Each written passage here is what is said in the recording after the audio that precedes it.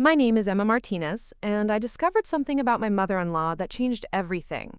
3 days before my wedding, I found her standing in my bedroom, holding a pair of fabric scissors, surrounded by the shredded remains of my grandmother's vintage lace wedding dress. But what she didn't know was that I had already uncovered her deepest secret, hidden away in a storage unit across town. Sometimes revenge isn't about getting even, it's about revealing the truth. Before we jump back in, tell us where you're tuning in from, and if this story touches you, make sure you're subscribed, because tomorrow, I've saved something extra special for you. The morning sun filtered through the blinds of my small apartment in Tempe, Arizona, casting long shadows across the hardwood floors. I was 28 years old, working as a graphic designer for a local marketing firm, and in exactly 72 hours, I was supposed to marry the love of my life, Ryan Thompson. Everything should have been perfect. The venue was booked, the flowers were ordered, and my dress, my beautiful dress that had belonged to my late mother Sofia, was hanging carefully in my bedroom closet, wrapped in protective plastic and surrounded by lavender sachets.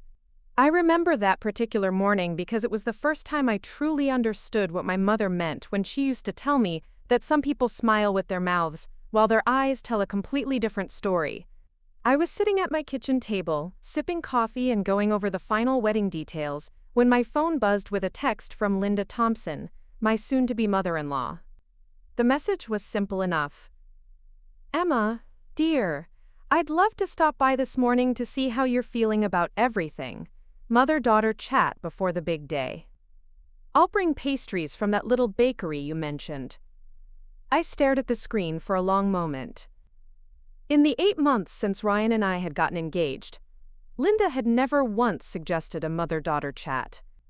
She had been polite, certainly, always asking the right questions about the wedding planning and nodding approvingly when I showed her the venue photos or the flower arrangements. But there had always been something carefully measured about her responses, as if she were playing a role rather than genuinely participating in the excitement. Ryan had warned me that his mother could be particular about things. She had very specific ideas about how events should unfold, especially family events.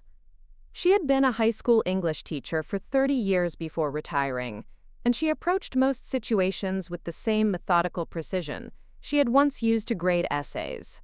Everything had to be proper, traditional, and executed according to her vision of how things should be done. I texted back that I'd love to see her, though something in my stomach twisted as I sent the message. Maybe it was pre-wedding nerves, or maybe it was the memory of our last conversation, when she had made an offhand comment about how different my family's traditions were from theirs. She had said it with a smile, but there was something underneath that smile that made me feel like I was being evaluated, rather than welcomed. An hour later, Linda arrived carrying a pink bakery box and wearing a cream-colored blazer that looked like it had been pressed that morning. She looked around my apartment with the same expression she might have used to inspect a hotel room, taking note of everything from the mismatched furniture I had collected over the years to the framed photos of my family that covered most of my bookshelf. "This is cozy," she said, setting the pastries on my kitchen counter. "Very bohemian." I wasn't entirely sure if bohemian was meant as a compliment, but I thanked her and started making fresh coffee. She settled into one of my dining chairs and opened the bakery box, revealing an assortment of croissants and Danish pastries arranged with the kind of precision that suggested she had specifically requested they be placed that way. "I wanted to talk to you about the ceremony," she said, selecting a almond croissant and placing it carefully on the small plate I had given her. "There are a few family traditions I think would be lovely to incorporate." I sat down across from her, cradling my coffee mug in both hands. "Of course." "What did you have in mind?" Linda smiled, but again, it was that careful, measured smile that never quite reached her eyes. "Well, for one thing, I thought it might be nice if you wore something borrowed from the Thompson family. I have a beautiful pearl necklace that belonged to Ryan's grandmother. It would be perfect with your dress." I nodded politely. The dress she was referring to was my mother's wedding dress, altered to fit me by Mrs. Helen Rodriguez, who owned the best alteration shop in Phoenix. The dress was simple but elegant, made of ivory silk with delicate lace sleeves and a chapel-length train. My mother had worn it when she married my father 30 years ago, and it was one of the few things I had left of her after she passed away from cancer 3 years earlier. That sounds lovely, I said. I'd be honored to wear it. Wonderful. Linda took a small bite of her croissant, chewing thoughtfully. And I was also thinking about the reception. I know you've planned for that little mariachi band, which I'm sure will be fun, but I wondered if we might also include some more traditional music. Maybe some classical pieces during dinner? The mariachi band had been Ryan's idea, actually. He knew how much my Mexican heritage meant to me, and he wanted to make sure the wedding reflected both of our backgrounds. But I could see how Linda might view it as too casual, too different from what she had probably imagined for her son's wedding. We could definitely discuss that with the band, I said carefully. I'm sure they know some classical pieces as well. Linda nodded approvingly and continued eating her pastry. We chatted for another 20 minutes about various wedding details, and with each suggestion she made, I felt a growing sense that this conversation wasn't really about including family traditions. It was about reshaping the wedding to fit her vision of what a proper Thompson family wedding should look like. When she finally left, promising to see me at the rehearsal dinner the following evening, I stood in my doorway watching her walk to her car. She moved with the same careful precision with which she spoke, every step deliberate and controlled. As she drove away, I realized that I felt more anxious about the wedding than I had before she arrived. That afternoon, I met my best friend, Jessica Chen, at our favorite coffee shop near Arizona State University. Jessica had been my college roommate and was now a successful photographer who specialized in weddings and family portraits. She was also the most perceptive person I knew, with an ability to read people and situations that often left me wondering if she had some kind of supernatural insight. You look like someone just told you that your wedding cake is made of cardboard, she said as I slumped into the chair across from her. I told her about Linda's visit, trying to articulate the feeling I couldn't quite shake. It's not that anything she said was unreasonable, I explained. It's just that every suggestion felt like she was trying to erase the parts of the wedding that were actually me. Jessica sipped her iced coffee and studied my face. Has Ryan noticed any of this? I don't think so. Or if he has, he's choosing not to see it. He's always been protective of his mother. His dad died when Ryan was in college, and Linda raised Amanda and him pretty much on her own after that. He feels like he owes her a lot. That's understandable, Jessica said, but that doesn't mean she gets to redesign your wedding. I knew Jessica was right, but I also knew that confronting Linda directly would put Ryan in an impossible position. His family meant everything to him, and the last thing I wanted was to start our marriage by creating conflict between him and his mother. Maybe I'm overreacting, I said. Maybe she's just trying to help. Jessica gave me a look that suggested she thought I was being naive, but she didn't push the issue. Instead, preparing and narrating this story took us a lot of time. So if you are enjoying it, subscribe to our channel. It means a lot to us. Now back to the story. Changed the subject to the logistics of the wedding photography, and we spent the rest of the afternoon going over the shot list and timeline for the ceremony. That evening, Ryan came home from work with takeout from our favorite Thai restaurant and a bottle of wine to celebrate our last week as an unmarried couple. He was in an excellent mood, excited about the wedding, and full of stories about his coworkers' reactions to his upcoming time off for our honeymoon. We were planning to spend 10 days in Costa Rica, a trip we had been saving for and planning for over a year. Mom seemed really happy when I talked to her this afternoon, he said as we sat on my couch sharing pad thai and spring rolls. She said you two had a nice chat about the wedding. I smiled and nodded, not wanting to dampen his enthusiasm. She's very thoughtful. She wants everything to be perfect. She does, Ryan agreed. Sometimes I think she gets a little carried away with the details, but her heart is in the right place. She just wants our day to be special. I looked at Ryan's face as he spoke about his mother, and I could see the genuine affection and respect he had for her. He was a good son, and Linda was lucky to have him. But there was something about the way he automatically defended her suggestions that made me wonder if he had been doing it for so long that it had become second nature. Have you ever disagreed with your mom about anything important? I asked, trying to keep my tone light and curious rather than accusatory. Ryan laughed. Are you kidding? We disagreed about everything when I was a teenager. My curfew, my grades, my choice of friends. She had very strong opinions about how things should be done. What about now? As an adult? He was quiet for a moment, twirling noodles around his fork. I guess we don't really disagree about much anymore. She's usually right about things, and even when I'm not sure about her suggestions, they tend to work out well in the end. I wondered if Linda was actually always right, or if Ryan had simply learned that it was easier to go along with her opinions than to challenge them. But I didn't voice that thought. Instead, I curled up next to him on the couch and let him tell me about his plans for our honeymoon, trying to push away the nagging feeling that something about his family dynamic wasn't quite as harmonious as it appeared on the surface. The next morning was the rehearsal, and I woke up with butterflies in my stomach that had nothing to do with wedding excitement. I had dreamed about my mother the night before, one of those vivid dreams where she seemed so real that waking up felt like losing her all over again.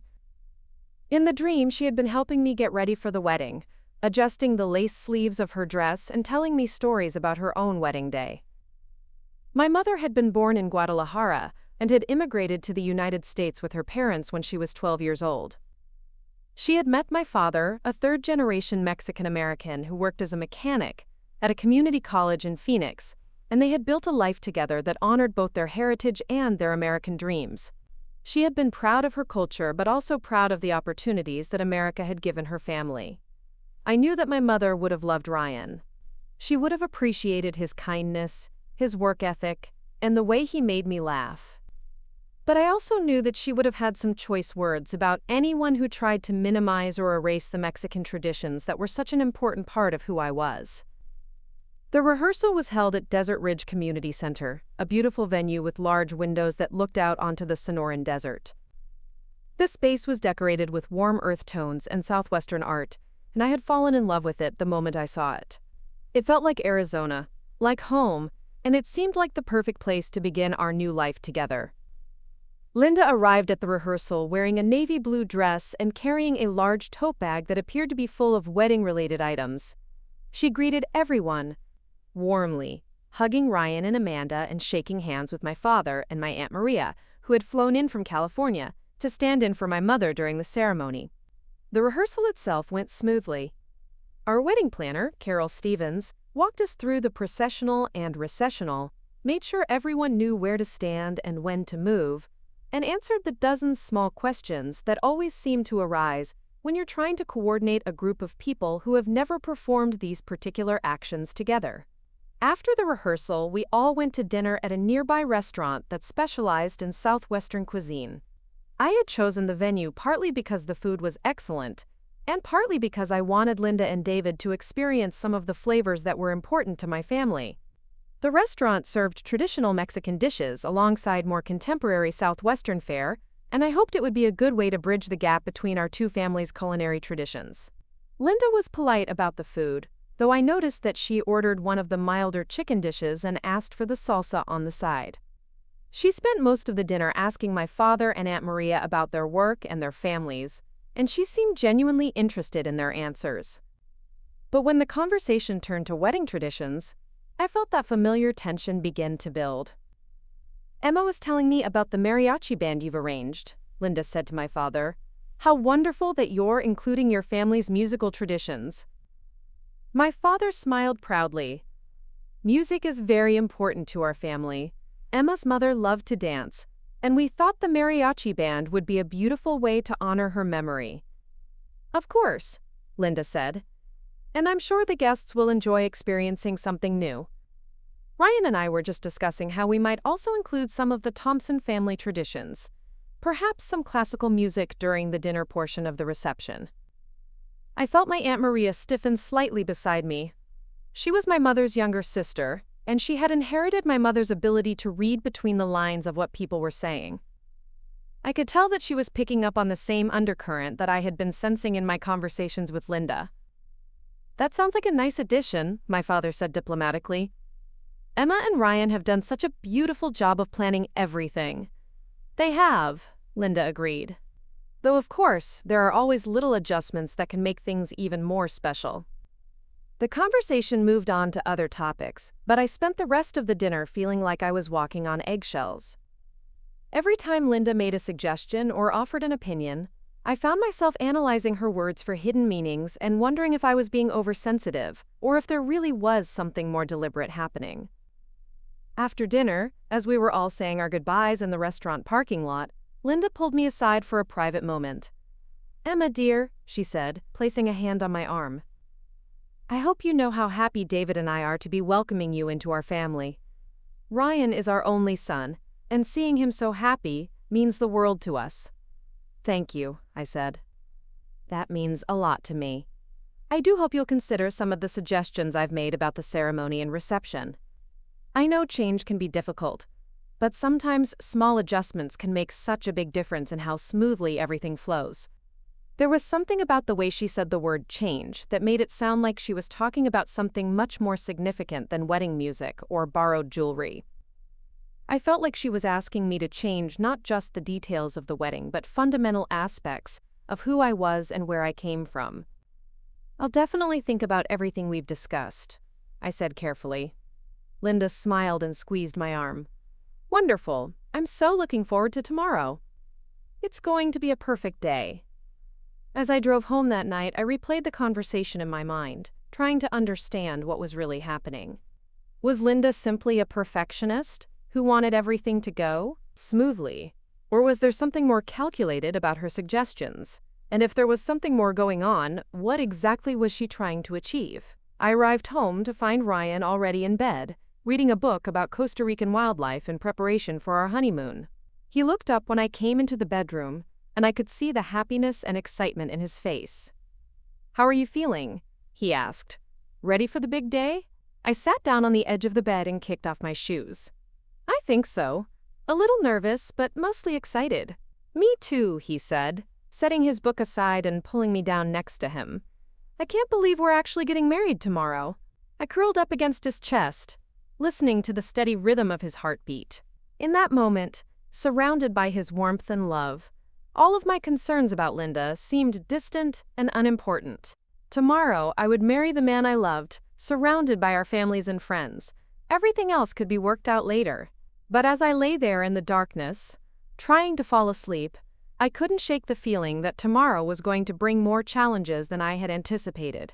And somewhere in the back of my mind, I found myself thinking about my mother's wedding dress hanging safely in my closet, and wondering if it would make it through the next 24 hours unscathed. I woke up on my wedding morning to the sound of rain pattering against my bedroom window.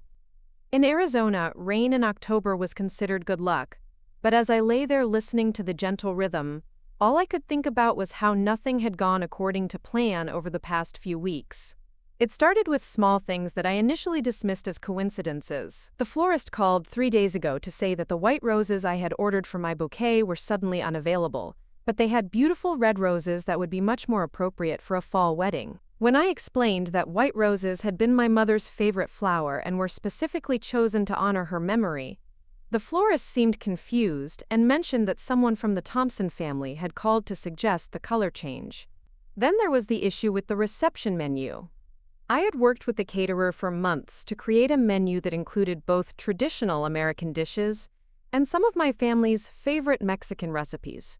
My Aunt Maria had even shared her recipe for mole poblano, which the caterer had been excited to feature as one of the signature dishes. But when I called to confirm the final details, I discovered that the Mexican dishes had been replaced with what the caterer described as more universally appealing options. When I asked who had authorized these changes, the caterer hesitated before explaining that Mrs. Thompson had contacted them directly, explaining that she was coordinating with me to make some adjustments that would better accommodate the dietary preferences of the Thompson family guests. She had been so convincing and professional that the caterer had assumed she was speaking on my behalf. Each time I discovered one of these changes, I felt a mixture of frustration and self-doubt. Was I being unreasonable to want Mexican food at my own wedding? Was I making things unnecessarily difficult by insisting on traditions that might make some guests uncomfortable? Linda's alterations were always presented as thoughtful accommodations, ways to make the celebration more inclusive and enjoyable for everyone. But when I tried to discuss these changes with Ryan, he seemed genuinely surprised and assured me that his mother was only trying to help. He offered to talk to her about consulting with me before making any more adjustments, but he also suggested that maybe some compromise would be good for keeping family harmony. His response left me feeling isolated and questioning my own instincts. The morning of the wedding, I tried to push these concerns aside and focus on the joy of the day ahead. Jessica arrived at my apartment at 8 o'clock sharp, carrying her camera equipment and a large cup of coffee for each of us. She had volunteered to help me get ready before switching into her photographer role, and I was grateful to have her calm, organized presence during what I knew would be a hectic morning. "How are you feeling?" she asked, setting up her camera gear in my living room where the lighting was best for getting ready photos. "Like I'm about to marry the love of my life," I said, which was true, even though it wasn't the complete answer to her question. Jessica studied my face for a moment, and I could tell she was picking up on the tension I was trying to hide.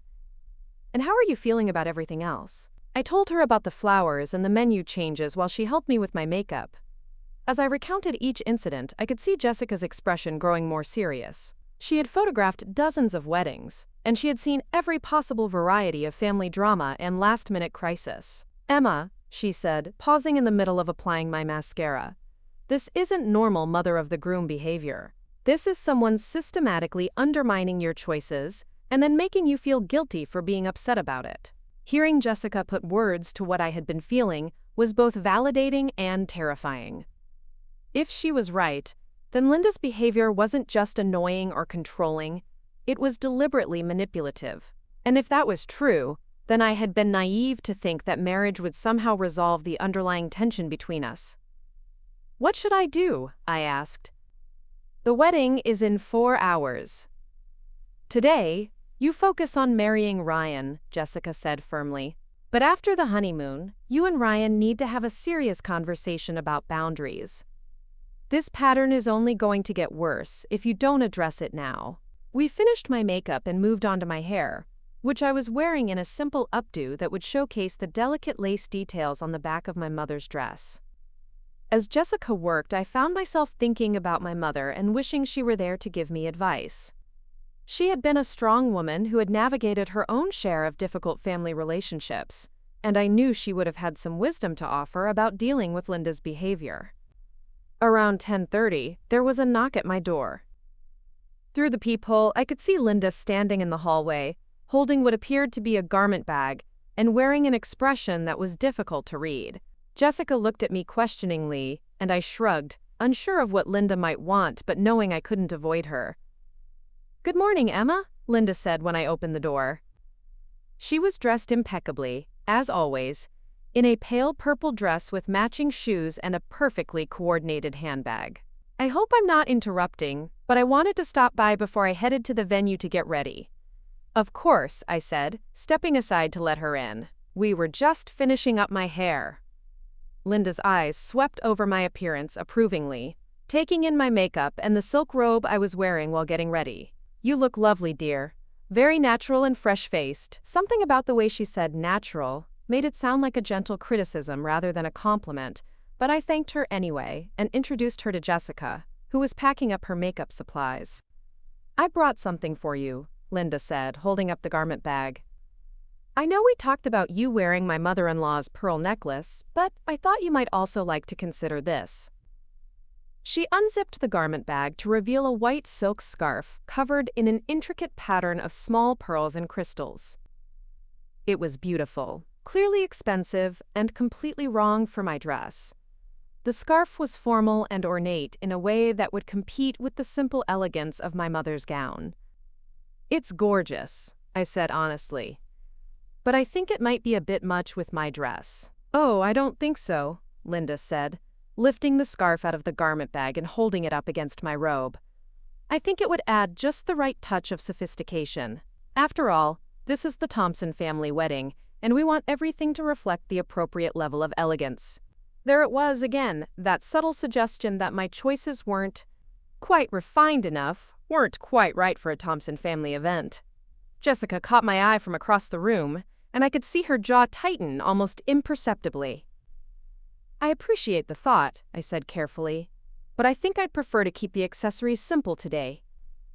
Linda's smile faltered for just a moment, and I saw something flash across her face that looked almost like annoyance before the pleasant expression returned. "Of course," she said, folding the scarf back into the garment bag, "though I do hope you'll consider wearing it at the reception. It would photograph beautifully." After Linda left, Jessica and I stood in my living room for a moment, not speaking. Finally, Jessica shook her head and said, "That woman has some serious control issues." "I'm starting to think you're right," I admitted. "But what am I supposed to do about it today?" "Today you get married," Jessica said. "Tomorrow you start setting boundaries." By noon, it was time to head to the venue to finish getting ready. Jessica had left earlier to start photographing the groomsmen and the venue setup, and my Aunt Maria had arrived to help me transport my dress and get into it at the community center. Aunt Maria was my mother's sister, but in many ways, she was more like my mother than anyone else in my life. She had the same direct communication style, the same fierce loyalty to family, and the same ability to see through people's pretenses. "You seem tense, Mija," she said as we loaded my dress carefully into her car. "Pre-wedding nerves?" I told her about Linda's visit that morning and about the various changes that had been made to the wedding plans without my knowledge. As I spoke, I watched Aunt Maria's expression grow increasingly serious. "This woman is testing you," she said finally. "She's seeing how much you'll let her get away with before you stand up for yourself." "But what if I'm wrong?" I asked. "What if she really is just trying to help, and I'm being oversensitive?" Aunt Maria stopped walking and turned to face me. "Emma, your mother raised you to trust your instincts. When someone makes you feel small or wrong for wanting to honor your family's traditions, that's not help. That's control." We arrived at the venue to find the bridal suite in controlled chaos. Amanda, Ryan's sister, was there with her 2 young daughters who were serving as flower girls. The room was filled with dress bags, makeup cases, and flower arrangements, and there was a sense of excitement and anticipation that made my heart lift, despite my concerns about Linda. Amanda had always been kind to me, though we hadn't had many opportunities to spend time together since she lived in Tucson with her husband and daughters. She was 5 years older than Ryan, with the same warm brown eyes and easy smile. Unlike her mother, Amanda seemed genuinely relaxed about wedding details and more interested in making sure everyone was having fun than in ensuring that everything met some predetermined standard of perfection. "Emma," she exclaimed when she saw me, "you're going to look absolutely stunning. I can't wait to see you in your mom's dress." The next hour passed in a blur of activity as everyone got ready. Aunt Maria helped me into my mother's dress, carefully fastening each of the tiny pearl buttons that ran up the back of the bodice. The dress fit perfectly after Mrs. Rodriguez's alterations, and when I looked at myself in the full-length mirror, I could see my mother's face reflected back at me in the curve of my smile and the way the neckline framed my collarbone. "She would be so proud," Aunt Maria whispered, adjusting the chapel-length train so that it fell in elegant folds behind me. I was putting on my earrings when Linda arrived in the bridal suite, already dressed in her mother-of-the-groom outfit. She looked impeccable, as always, but there was something different about her demeanor. She seemed more focused, more determined, like someone who had made a decision and was prepared to act on it. "Oh my," she said, when she saw me in my dress. "You look lovely, Emma, though I do think that scarf would add just the perfect finishing touch." Before I could respond, Linda was pulling the pearl and crystal scarf out of her bag and approaching me with it draped over her arms. "Just let me show you how beautiful this would look."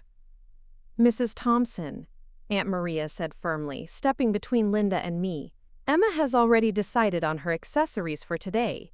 Linda's smile became more fixed, and I could see tension gathering around her eyes. "I'm sure Emma appreciates your input, but as the mother of the groom, I think I have some insight into what would be most appropriate for a Thompson family wedding." The room had gone quiet, and I could feel everyone watching this interaction unfold. Amanda looked uncomfortable, and her daughters sensed the adult tension and moved closer to their mother. I realized that this was a defining moment, not just for my wedding day, but for my entire future relationship with Ryan's family. "I appreciate the scarf," I said, keeping my voice steady and polite. "But I'm happy with how everything looks right now." Linda's expression hardened almost imperceptibly. "Of course, dear. Though I hope you'll keep in mind that there will be many photos taken today, and we want everything to look its best for posterity." After Linda left the bridal suite, presumably to check on the groomsmen, Aunt Maria came over and squeezed my hand. "You did the right thing," she said quietly. "But watch yourself around that woman. She's not finished trying to control this day." Aunt Maria's words turned out to be prophetic. About 30 minutes before the ceremony was scheduled to begin, Carol Stevens, our wedding planner, knocked on the bridal suite door with a concerned expression on her face. "Emma," she said, "I'm sorry to bother you, but there's been a small issue with the processional music. Mrs. Thompson has requested a change to something more traditional." I felt my stomach drop. The processional music had been one of the few elements of the ceremony that Linda hadn't tried to modify. Ryan and I had chosen a beautiful acoustic guitar piece that had special meaning for us, since we had first danced to it at a friend's wedding where we had realized we were falling in love. "What kind of change?" I asked, though I was already dreading the answer. She suggested quote, canon in D instead. She says it's more appropriate for a formal ceremony, and she's concerned that guitar music might seem too casual for such an important occasion. I looked around the room at the faces of my bridal party. Jessica had returned from photographing the groomsmen and was listening to this conversation with an expression that suggested she was barely restraining herself from saying something she might regret. Amanda looked embarrassed and apologetic. Aunt Maria looked furious. "Where is Ryan?" I asked. "He's with the groomsmen in the other building," Carol said. Mrs. Thompson said she would handle communicating the change to you since she didn't want to bother him with details so close to the ceremony. Of course she had. Linda had deliberately waited until Ryan was unavailable, and I was in the vulnerable position of being dressed and ready, with guests arriving and the ceremony about to begin. She had calculated this timing perfectly, knowing that I would be unlikely to make a scene or cause delays when everyone was depending on the wedding to proceed smoothly. "I need to talk to Ryan," I said. "Emma," Amanda said quietly, "I'm really sorry about this. Mom gets very focused on details when she's nervous, and sometimes she doesn't realize how her suggestions might sound to other people." I appreciated Amanda's attempt to smooth things over, but I was beginning to understand that Linda's behavior wasn't about nervousness or perfectionism. It was about control, and it was about establishing from the very beginning of my marriage that she would be the one making decisions about how the Thompson family operated. Carol was looking increasingly uncomfortable as she waited for my response about the music. I could see her mentally calculating how long it would take to communicate a change to Cotamel, the musicians, and whether there was still time to make adjustments without delaying the ceremony. "Please tell the musicians that we're keeping the original processional music," I said firmly. "If Mrs. Thompson has concerns about it, she can discuss them with Ryan after the ceremony." Carol nodded and hurried out to communicate this decision to the venue staff. As soon as she was gone, Jessica came over to me and lowered her voice. "Emma, I need to tell you something. When I was photographing the groomsmen earlier, I overheard Mrs. Thompson talking to someone on the phone about the wedding. She was complaining about how difficult it was to work with people who didn't understand proper protocol for formal events." I felt a chill run through me. What exactly did she say? She said that some people need more guidance than others when it comes to understanding what's appropriate, and that she was doing her best to help educate you about Thompson family standards. The word educate hit me like a slap. Linda wasn't trying to be helpful or inclusive. She was trying to train me, to teach me my place in the family hierarchy, and to establish that my preferences and traditions were subordinate to hers. Before I could respond to Jessica's revelation, there was another knock on the door. This time it was David Thompson, Ryan's father, looking handsome in his black tuxedo, but somewhat uncomfortable with whatever message he had been sent to deliver. "Emma," he said, "you look absolutely beautiful. Ryan is a lucky man."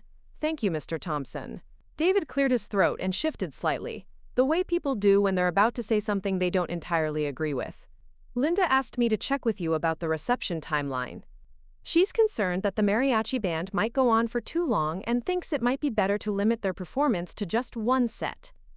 And there it was. The final assault on the elements of the wedding that reflected my heritage and my family's traditions. Linda had systematically targeted the Mexican food, the white roses that honored my mother, and now the mariachi band that my father had specifically requested to celebrate our culture and our joy. I looked at David's face and could see that he was uncomfortable with this conversation. Unlike his wife, he didn't seem to have any strong opinions about wedding protocols or family hierarchies. He was simply a man who had been married to Linda for over 30 years and had learned that it was easier to deliver her messages than to argue with her about them. "Mr. Thompson," I said carefully, "I appreciate Mrs. Thompson's concern about the timeline, but Ryan and I have already discussed the music arrangements with the band, and we're happy with what we've planned." David nodded quickly, looking relieved that I hadn't asked him to take a position on the issue. Of course. I'm sure everything will work out beautifully." After David left, I sat down heavily in one of the chairs and tried to process what was happening. In the space of a few hours, Linda had attempted to control my accessories, my music, my reception timeline, and had been overheard describing her efforts to educate me about family standards. This wasn't wedding day stress or perfectionism. This was a calculated campaign to establish dominance. Aunt Maria came over and knelt beside my chair. "Misha, what are you thinking?" "I'm thinking that if I don't stand up to this now, it's going to get worse after the wedding," I said. "But I'm also thinking that I don't want to ruin Ryan's wedding day by starting a family war." "Sometimes," Aunt Maria said quietly, "protecting yourself is more important than protecting other people's comfort." 20 minutes before the ceremony was scheduled to begin, I made a decision that surprised even myself. I asked Carol Stevens to give me 5 minutes alone with Ryan before we walked down the aisle. It wasn't traditional, and I knew it would probably cause some raised eyebrows. But I needed to talk to my future husband about what was happening before we made our vows to each other. Carol arranged for me to meet Ryan in a small office adjacent to the main ceremony space. When he saw me in my wedding dress, his face lit up with such pure joy and love that I almost lost my resolve to have this conversation. "You look incredible," he said, reaching out to take my hands. "I can't believe we're actually doing this." "Ryan," I said, "we need to talk about your mother." His expression shifted slightly, and I could see him bracing himself for whatever I was about to say. "What's wrong?" I told him about the morning's events, about the scarf and the music and the timeline concerns. I told him about the overheard phone conversation and about the pattern of changes that had been made to our wedding plans without my knowledge. As I spoke, I watched his face carefully, trying to gauge his reaction. "I'm sure she doesn't mean anything by it," he said finally. "She's just trying to help make everything perfect." "Ryan," I said, "in the past 3 hours, your mother has tried to change my accessories, my processional music, and my reception timeline. She's been overheard talking about educating me about family standards. At what point does this stop being helpful and start being controlling?" Ryan was quiet for a long moment, and I could see him struggling with the conflict between his loyalty to his mother and his commitment to me. Finally, he sighed and said, "I'll talk to her after the honeymoon. I'll make sure she understands that she needs to respect your decisions." It wasn't the immediate, unequivocal support I had hoped for, but it was a start. And more importantly, it was an acknowledgement that there was a problem that needed to be addressed. "Thank you," I said. That's all I needed to hear. The ceremony itself was beautiful, despite all of the morning's drama. The rain had stopped, and the late afternoon light streaming through the windows of the community center created a warm, golden atmosphere that felt magical and intimate. Our families and friends filled the space with love and laughter, and when Ryan and I exchanged vows, I felt like we were creating something solid and lasting together. The processional music played exactly as we had planned, and I walked down the aisle to the acoustic guitar piece that held so much meaning for us. I could see Linda sitting in the front row, her expression politely pleasant but not entirely happy. She applauded at the appropriate moments and smiled for the photographer, but there was something rigid about her posture that suggested she was still unhappy about the morning's conversations. The reception began exactly as scheduled, with the mariachi band playing traditional Mexican wedding songs while our guests enjoyed cocktails and appetizers. I could see my father beaming with pride as the musicians filled the room with the sounds of his childhood, and I felt grateful that we had managed to preserve this element of the celebration despite Linda's concerns. But even as I enjoyed the music and the company of our guests, I found myself watching Linda out of the corner of my eye. She was mingling politely and making conversation with my family members, but there was something about her demeanor that made me think this conflict was far from over. She had the air of someone who had lost a battle but had not yet conceded the war. During the dinner service, I noticed that Linda spent a considerable amount of time talking to various guests, particularly the older women from the Thompson family side. I couldn't hear what she was saying, but I could see her gesturing toward the mariachi band and toward me, and I had the uncomfortable feeling that she was providing commentary about the wedding choices that didn't align with her preferences. When Jessica came over during a break in her photography duties, I mentioned what I had observed. "I've been watching her too," Jessica said quietly. "She's definitely working the room, and not in a good way. But Emma, today is your day. Don't let her steal your joy." Jessica was right, and I spent the rest of the reception focusing on celebrating with Ryan and our families. We danced to the mariachi music, we laughed with our friends, and we created memories that I knew I would treasure for the rest of my life. But even in the midst of all that joy, I couldn't shake the feeling that Linda's behavior was a preview of challenges to come. 3 weeks into our honeymoon in Costa Rica, I received a phone call that changed everything. Ryan and I were staying at a small eco-lodge in the mountains near Monteverde, and the cell phone reception was spotty at best. When my phone finally connected to a signal strong enough for calls, I discovered 7 missed messages from Jessica, each one marked as urgent. I stepped out onto our cabin's private balcony, where the morning mist was still clinging to the cloud forest canopy, and called Jessica back. She answered on the first ring, her voice tight with barely controlled anger. "Emma, thank God you called back. I have something to tell you, and you're not going to believe it." "What's wrong?" I asked, immediately thinking of my father or Aunt Maria. "Is everyone okay?" "Everyone's fine," Jessica said quickly. "But Emma, I found something out about Linda, and you need to know about it before you come home." I sank into one of the wooden chairs on the balcony, watching a family of howler monkeys move through the trees in the distance. "What kind of something?" Jessica took a deep breath. "You know how I've been editing your wedding photos? Well, I've been going through all the shots from the reception, and there's this one photo where Linda is talking to your cousin Patricia. Linda's holding her purse in a weird way, and I could see some papers sticking out of it." "Okay," I said, not sure where this was going. One of the papers had a letterhead that I recognized. It was from Sunrise Manor, that assisted living facility on the north side of Phoenix. My grandmother lived there before she passed away, so I knew the logo. I couldn't figure out why Linda would have paperwork from there, so I did some digging. Jessica paused, and I could hear her moving around, probably pacing the way she always did when she was agitated. "Emma, Linda's first husband didn't die when Ryan was in college. He's been living at Sunrise Manor for the past 8 years. He has early-onset Alzheimer's, and Linda has been paying for his care this entire time." I felt like the world had tilted sideways. "That's impossible. David is Ryan's father. They've been married for over 30 years. "David is Ryan's stepfather," Jessica said. "Linda was married before, to a man named Robert Chen. Robert is Ryan and Amanda's biological father. Linda married David when the kids were young, and David adopted them. But she never divorced Robert because he was already showing signs of cognitive decline, and divorcing him would have meant losing his military benefits, which pay for his care." I stood up abruptly, nearly knocking over my chair. Through the sliding glass door, I could see Ryan in our cabin, reading a book about Costa Rican birds.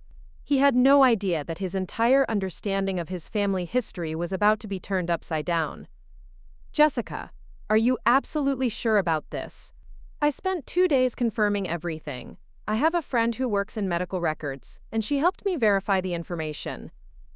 "Emma, Linda has been living a double life for decades. David doesn't know about Robert, and neither do Ryan or Amanda.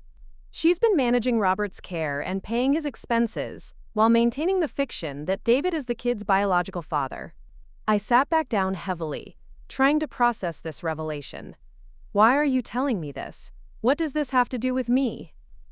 "Because," Jessica said, "I think Linda has been so desperate to control your wedding and your marriage.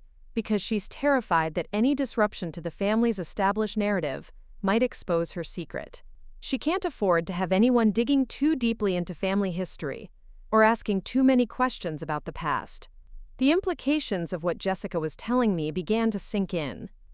Linda's obsessive need to control every detail of the wedding, her insistence on Thompson family traditions, her apparent anxiety about maintaining proper appearances. All of it suddenly made sense if she was protecting a secret that could destroy her carefully constructed life. "There's more," Jessica continued. "I found out that Robert and Linda were married in a traditional Chinese ceremony in 1985. Robert's family emigrated from Taiwan in the 1970s, and Linda learned Mandarin to communicate with his parents. There are photos from their wedding in the Manor's memory care files, photos that the staff uses to help Robert remember his past.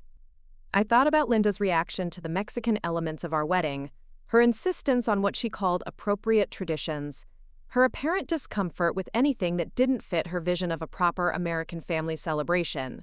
The irony was staggering. "Emma, I think you need to see these photos. Linda's wedding dress from her first marriage, it's gorgeous. It's this incredible red silk chapao with gold embroidery, completely traditional. She looks so young and happy in the pictures, nothing like the woman we know now." I closed my eyes, feeling overwhelmed by the complexity of what Jessica was revealing. "Where are these photos?" "That's the thing. I made copies, but Emma, I think Linda knows that someone has been asking questions. My friend at the medical facility said that Linda came in yesterday asking about who had been accessing Robert's files. She seemed really agitated. A chill ran through me that had nothing to do with the cool mountain air. If Linda suspected that her secret was in danger of being exposed, there was no telling what she might do to protect herself. "Jessica, I need you to be careful. If Linda thinks you know something, she might try to do something to stop you from talking." "I'm already being careful," Jessica said. "But Emma, you need to know that she's not the person she's pretended to be. And if she's been lying about something this fundamental for 30 years, what else might she be hiding?" After I hung up with Jessica, I sat on the balcony for a long time, watching the clouds move through the trees and trying to figure out how to process this information. Everything I thought I knew about Ryan's family had been turned upside down. His father wasn't his father, his mother had been living a double life, and the woman who had spent our wedding day trying to erase my cultural identity had herself hidden her own multicultural past. When I finally went back inside the cabin, Ryan looked up from his book with a smile that quickly faded when he saw my expression. "What's wrong?" he asked, setting the book aside and coming over to me. "You look like you've seen a ghost." I took his hands and led him over to the small couch by the window. "Ryan, I need to tell you something that Jessica just told me about your family. It's going to be shocking, and I need you to let me explain everything before you react." Ryan's face went pale, and I could see him bracing himself for bad news. "Is someone hurt? Is Mom okay?" "Your mom is fine," I said. "But Ryan, she's been keeping a secret from your family for a very long time." I told him everything that Jessica had discovered, watching his face change from confusion to disbelief to something that looked like grief. When I finished, he sat in silence for several minutes, staring out the window at the cloud forest. "David isn't my father," he said finally, his voice barely above a whisper. "David is your father in every way that matters," I said. "He raised you, he loves you, he's been there for you your entire life. But biologically, no, he's not your father." Ryan stood up and walked to the window, pressing his palms against the glass. "This explains so much," he said. "I always wondered why I didn't look like David, why Amanda and I both have these dark eyes when David's are blue. Mom always said we took after her side of the family, but now—" "There's more," I said gently. "Jessica found photos from your mother's first wedding. Ryan, she was married in a traditional Chinese ceremony. She spoke Mandarin. Her first marriage was completely different from everything she's insisted on for our family." Ryan turned around to face me, and I could see tears in his eyes. "She made you feel guilty for wanting to include Mexican traditions in our wedding, and the whole time she was hiding the fact that she had honored Chinese traditions in her own first wedding?" I nodded, feeling my own anger rising again at the memory of Linda's behavior during our wedding planning. "It's worse than hypocritical, Ryan. It's cruel. We spent the rest of our honeymoon talking through the implications of this discovery. Ryan was devastated by the realization that his entire understanding of his family history had been based on lies. But he was also angry about the way Linda had treated me, now that he understood the full context of her behavior. "She was projecting," he said one evening as we sat on the beach watching the sunset over the Pacific. "She was so terrified of anyone discovering her secret that she tried to control everything about our wedding to make sure it fit her narrative of what a proper American family looks like." "The question is," I said, "what do we do about it when we get home?" Ryan was quiet for a long time, listening to the waves crash against the shore. "I think we need to confront her," he said finally, "not to hurt her or expose her secret to David, but to make her understand that her behavior toward you was unacceptable and that it can't continue." When we returned to Phoenix, we found my apartment exactly as we had left it, except for one significant difference. My wedding dress, which I had carefully hung in the bedroom closet before leaving for our honeymoon, was gone. At first, I thought maybe I had forgotten where I had put it, or that perhaps Jessica had moved it while checking on the apartment during our absence. But when I called Jessica, she insisted that she hadn't touched anything in the bedroom, and that the dress had definitely been hanging in the closet when she had stopped by the previous week to water my plants. "Emma," Jessica said, her voice tight with concern, "I think you need to check if anything else is missing." I went through the apartment systematically, but nothing else appeared to have been disturbed. The jewelry was all in place, the electronics were untouched, and there were no signs of forced entry. Whoever had taken the dress had either had a key or had been very skilled at getting into the apartment without leaving evidence. "Who else has a key to your place?" Jessica asked when I called her back. "Just you and Ryan," I said. Then I stopped, remembering something. Wait, Linda asked to borrow my key last month when I was at work, and the florist needed to deliver some samples. She said she would coordinate with them and then return the key to Ryan. "Did Ryan give you the key back?" I thought about it, trying to remember. With all the wedding preparations and the honeymoon planning, I wasn't sure if I had ever gotten the key back. I called Ryan, who was at his apartment picking up mail and dealing with some work issues. "Did your mom ever give you my spare key back?" I asked. There was a pause. "What spare key?" I explained about lending the key to Linda for the florist delivery, and I could hear Ryan's sharp intake of breath. "Emma, I never gave her permission to borrow your key, and she definitely never returned anything to me." We hung up, and I sat in my empty apartment, trying to figure out what to do next. If Linda had taken my wedding dress, why would she do such a thing? What could she possibly gain from stealing a dress that held such deep, sentimental value for me? The answer came to me suddenly, and it was so simple and so cruel that it took my breath away. Linda had taken the dress because she knew it was the one thing that would hurt me most to lose. It was my connection to my mother, my link to my family's history, and the symbol of everything she had tried to control about our wedding. By taking it, she was sending a message that she still had the power to hurt me, even after I had stood up to her. But if Linda thought that stealing my dress would make me back down or be afraid of her, she had seriously underestimated who she was dealing with. Instead of feeling defeated, I felt a cold, focused anger that clarified everything I needed to do next.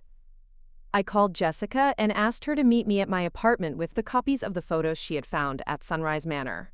Then I called Ryan and asked him to come over as well. It was time to end this game that Linda had been playing. When Jessica arrived, she brought not just the photos, but also a thick folder of documents she had assembled during her investigation. There were marriage certificates, military service records, medical facility admission forms, and insurance documents that painted a complete picture of Linda's deception. "I kept digging after we talked," Jessica explained. "I wanted to make sure I had all the facts before you confronted her." The photos from Linda's first wedding were stunning. She looked radiant in the red silk qipao, her hair elaborately styled with traditional Chinese ornaments, standing next to a handsome young man in military dress uniform. They were surrounded by both families, and everyone in the photos looked genuinely happy and celebratory. "She looks so different," Ryan said when he arrived and saw the photos. "Not just younger, but like a completely different person." "She was a different person," I said. "This is who she was before she decided to reinvent herself." Ryan picked up one of the photos and studied it carefully. "That's definitely Mom, but I've never seen her look this happy. Even at our wedding, she looked more concerned about appearances than joyful." Jessica spread out the other documents on my dining table.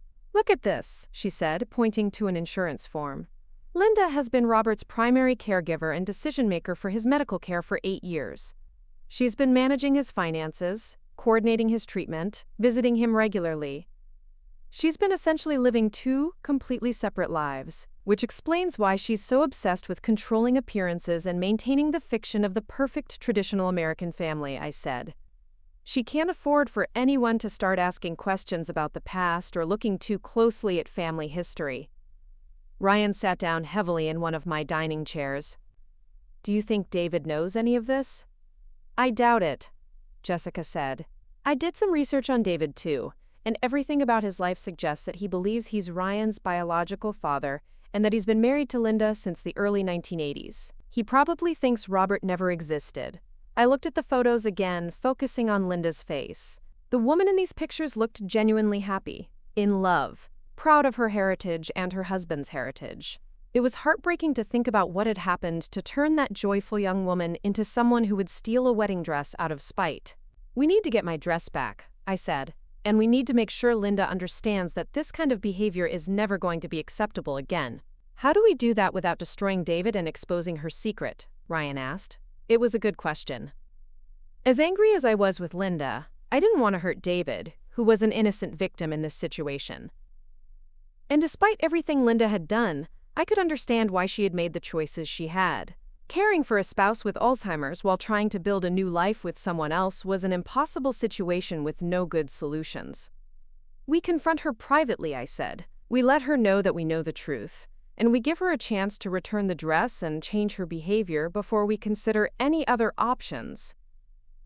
Jessica looked skeptical. "Emma, this woman has been successfully maintaining a double life for decades. She's not going to give up control easily." "Maybe not," I said. "But she's also been living in fear of exposure for 30 years. Sometimes the relief of finally being honest is stronger than the fear of consequences." We decided to arrange a meeting with Linda at a neutral location where we could talk privately without the risk of David overhearing anything. Ryan called his mother and asked her to meet us at a small cafe near the university, telling her that we wanted to talk about some family matters related to our marriage. Linda arrived at the cafe looking impeccable as always, dressed in a cream-colored suit with her hair perfectly styled. She greeted us warmly, though I noticed that she avoided making direct eye contact with me. "This is lovely," she said, settling into the booth across from Ryan and me. "I've been hoping we could have a nice family discussion about how to move forward together." Jessica had positioned herself at a table across the cafe, where she could observe our conversation but not be directly involved. We had agreed that having her present might make Linda feel ambushed, but we wanted her nearby in case we needed her support. "Mom," Ryan said, his voice carefully controlled, "we need to talk to you about some things that have come to light while we were on our honeymoon." Linda's smile faltered slightly. "What kind of things?" I reached into my purse and pulled out one of the photos from Linda's first wedding, sliding it across the table toward her. Her face went completely white, and for a moment I thought she might faint. "We know about Robert," I said quietly. "We know about your first marriage, about Sunrise Manor, about everything." Linda stared at the photo for a long time, her hands trembling slightly. When she finally looked up, her carefully maintained composure had cracked, and I could see the exhaustion and fear that she had been carrying for decades. "How did you find out?" she asked, her voice barely audible. "That's not important," Ryan said. "What's important is that we understand now why you've been so controlling about family appearances and traditions. But Mom, the way you treated Emma during our wedding planning was wrong, and it needs to stop." Linda's eyes filled with tears. "You don't understand the pressure I've been under. Robert's family never accepted David, and David's family never knew about Robert. I've been walking a tightrope for 30 years, trying to keep everyone happy and keep the peace. I understand that it's been difficult," I said. "But taking your fear and stress out on me isn't acceptable, and stealing my wedding dress is absolutely unforgivable." Linda looked startled. "I didn't steal anything." "My dress is missing from my apartment," I said. "You're the only person other than Ryan and Jessica who had access to my key. Where is it?" Linda was quiet for a long moment, and I could see her calculating her options. Finally, she sighed and reached into her purse, pulling out my spare key and placing it on the table. "It's in my closet at home," she said. "I wasn't going to keep it. I needed time to think." "Time to think about what?" Ryan asked. "About whether I could fix this," Linda said. "About whether there was a way to make things right without losing everything I've built." I felt some of my anger dissipate as I looked at Linda's face. She looked older than I had ever seen her, worn down by years of maintaining an impossible deception. But that didn't excuse her behavior, or give her the right to hurt me. "You can start making things right by returning my dress today," I said, "and by promising that you'll never again try to control or manipulate me or my marriage to Ryan." Linda nodded slowly. "I'll get your dress. And I promise I won't interfere again. But please, you have to understand that David can never know about Robert. It would destroy him." "We're not going to tell David," Ryan said. "But Mom, you need to think seriously about whether living this double life is sustainable long-term. Secrets this big have a way of coming out eventually." As we left the cafe, I felt a mixture of relief and sadness. Relief that we had confronted Linda and that I would get my mother's dress back, but sadness for the woman who had spent 3 decades living in fear of her own truth. I still didn't forgive her for the way she had treated me, but I was beginning to understand the desperation that had driven her behavior. That evening, Linda arrived at my apartment, carrying a garment bag. She handed it to me without saying much, but when I unzipped it and saw my mother's dress hanging inside, undamaged and carefully preserved, I felt a weight lift from my chest that I hadn't even realized I was carrying. "Emma," Linda said as she prepared to leave, "I want you to know that I never meant to hurt you. I was just so afraid that anything different or unexpected might raise questions that I couldn't answer." "I understand that you were afraid," I said. "But fear doesn't excuse cruelty. And hiding who you really are doesn't protect anyone, it just hurts everyone involved." Linda nodded and turned to go, but then she stopped and looked back at me. "That dress you wore to the wedding," she said. "Your mother's dress. It was beautiful. It suited you perfectly." It was the first genuine compliment Linda had ever given me about anything related to my family or my heritage, and despite everything that had happened, it meant something to hear her say it. After Linda left, Ryan and I sat on my couch looking at the photos from her first wedding. There was something both tragic and hopeful about seeing evidence of who Linda had been before fear and secrecy had changed her into someone else. "Do you think she'll be able to change?" Ryan asked. "I don't know," I said honestly. "But for the first time since I've known her, I think she's been forced to confront the cost of all the lies she's been telling." Ryan picked up the photo of Linda in her red wedding dress and studied it carefully. "I wish I had known this version of my mother," he said. "She looks so alive in this picture." "Maybe," I said, "now that the secret is out, at least with us, she'll be able to find her way back to some of that joy." It was an optimistic thought, but as I hung my mother's dress back in my closet that night, I realized that the real victory wasn't in getting my dress back or in exposing Linda's secrets. The real victory was in refusing to be intimidated or controlled, and in establishing from the very beginning of my marriage that I wouldn't be anyone other than exactly who I was. I woke up the morning after retrieving my wedding dress with a clarity I hadn't felt in months. Something fundamental had shifted during our confrontation with Linda, and I realized that simply getting my dress back wasn't enough. For too long, I had been reacting to Linda's manipulations instead of taking control of the situation myself. That was about to change. The idea came to me while I was drinking my morning coffee and looking at the photos Jessica had given me from Linda's first wedding. The image of Linda in her beautiful red qipao, surrounded by Chinese traditions and looking genuinely happy, kept drawing my eye. There was something powerful about seeing evidence of who she had been before fear had transformed her into someone else. That's when I realized what I needed to do. I called Jessica and asked her to meet me for lunch, telling her I had an idea that was either brilliant or completely insane. When she arrived at the small Mexican restaurant where we had agreed to meet, I was already sitting at a corner table with a notebook full of plans spread out in front of me. "Okay," Jessica said, sliding into the booth across from me. "You have that look on your face that usually means you're about to do something that will either change your life or get you into serious trouble." "Maybe both," I said, showing her the notebook. "Jessica, I've been thinking about Linda's situation, and I think I understand something that she doesn't understand about herself." Jessica looked skeptical. Which is what? She's been so focused on hiding her past that she's forgotten who she really is. She's spent 30 years pretending to be someone else, and I think deep down, she's miserable. But more than that, I think she's trapped herself in a life that doesn't actually make her happy. Okay, Jessica said slowly, so what are you planning to do about it? I took a deep breath. I'm going to throw Linda a surprise party celebrating her first wedding anniversary. Jessica stared at me for a moment, then started laughing. Emma, that is either the most brilliant or the most vindictive thing I've ever heard you suggest.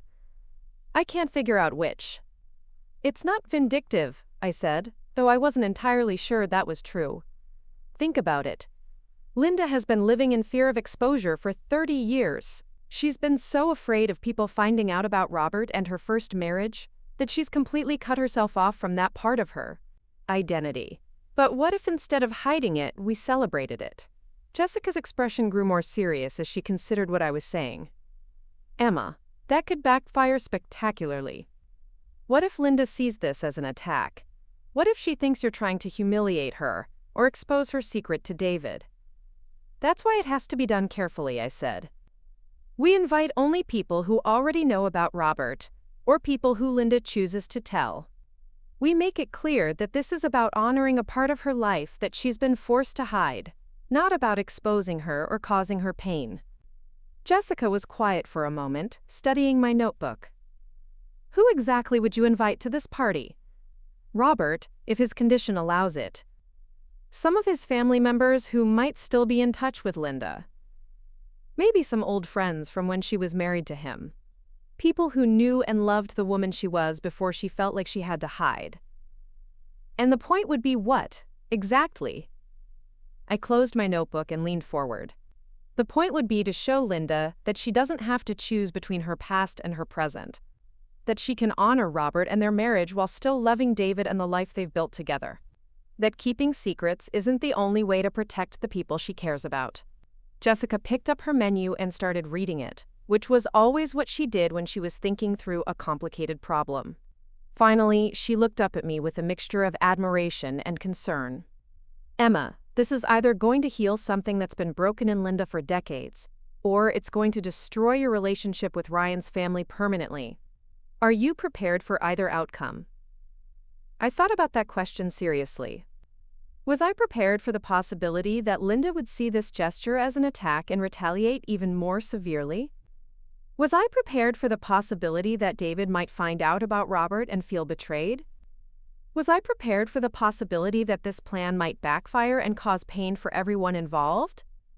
I'm prepared for the possibility that things might get worse before they get better, I said finally. But Jessica, I can't keep living in a family where someone's fear controls everyone else's choices. Linda's secret has been poisoning every interaction we have. It's the reason she treated me so badly during the wedding planning, and it's going to keep being a problem until it's addressed. So you're going to force her to address it by throwing her a party celebrating the thing she's most afraid of people finding out about? I'm going to give her an opportunity to stop being afraid, I corrected. There's a difference. Over the next 2 weeks, I threw myself into planning what I privately thought of as the most important event of my life. I started by researching Linda's first wedding and the early years of her marriage to Robert. Jessica helped me track down some of Robert's family members, including his sister Margaret, who still lived in Phoenix and had been quietly staying in touch with Linda over the years. Margaret was surprised to hear from me, but when I explained what I was planning, she became emotional over the phone. Linda has been carrying this burden alone for so long, Margaret said. She visits Robert every week, you know. She brings him photos from their early years together and reads to him from books they used to enjoy. But she's never been able to share her grief or her memories with anyone because she's so afraid of hurting David. Do you think Robert would be able to attend a small gathering? I asked. Some days are better than others, Margaret said. But I think he would enjoy seeing old photos and hearing familiar voices. And Linda would be so surprised to know that people still remember and care about that part of her life. I also reached out to some of Linda's former colleagues from her teaching days, people who had known her when she was first married to Robert. Many of them remembered her fondly and were shocked to learn that she had been struggling with this situation for so long. Linda was always so vibrant in those days, said her former teaching partner Carol Martinez. She used to bring Chinese pastries to faculty meetings and talk about the language classes she was taking. She was so proud of learning about Robert's culture. I always wondered what happened to that side of her personality. The most challenging part of the planning was figuring out how to approach Linda about the party without spoiling the surprise or giving her an opportunity to shut it down. I decided to enlist Ryan's help, though I was careful not to tell him too many details about what I was planning. "I want to do something nice for your mother," I told him one evening while we were making dinner together in my kitchen. "Something that shows her I understand that she's been under a lot of pressure and that I want to support her." Ryan looked pleased but surprised. "That's really generous of you, especially after everything that's happened.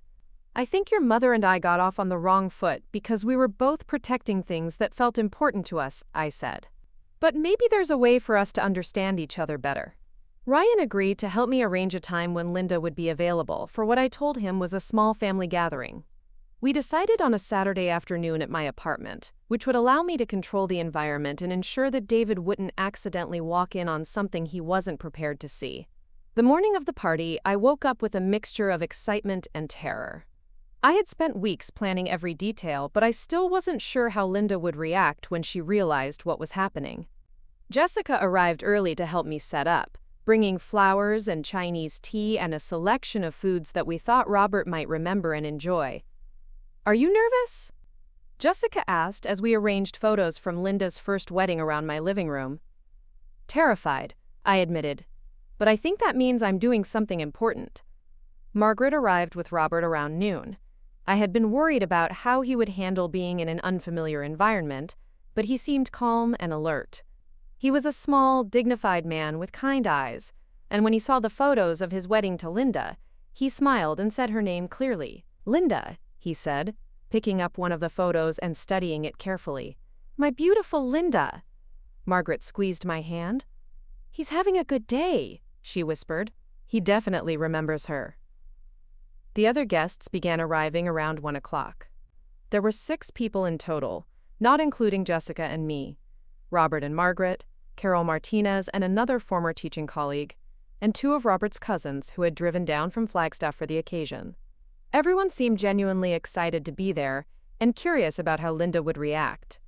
At 1:30, Ryan arrived with Linda, who was clearly puzzled about why I had invited her to my apartment for what Ryan had described as a small family gathering. She was dressed nicely, as always, in a navy blue dress with matching shoes, but I could see the wariness in her eyes as she climbed the stairs to my front door. When I opened the door and Linda saw Robert sitting on my couch, she stopped walking and put her hand over her mouth. For a moment, I was afraid she might turn around and leave, but then Robert looked up and saw her. "Linda," he said again, his face lighting up with recognition. "You came." Linda walked slowly into my living room, staring at Robert as if she couldn't believe he was really there. She looked around at the other guests, at the photos from their wedding displayed on my mantelpiece, at the Chinese tea service I had set up on the coffee table. "I don't understand," she said quietly. "What is this?" "This is a celebration," I said, my voice steadier than I felt. "A celebration of a marriage that deserves to be remembered and honored." Linda sank into the chair across from Robert, tears streaming down her face. "How did you know to do this?" "Because I realized that you've been carrying this alone for too long," I said. "And because I think you've forgotten that loving Robert doesn't mean betraying David, and honoring your first marriage doesn't mean destroying your second one."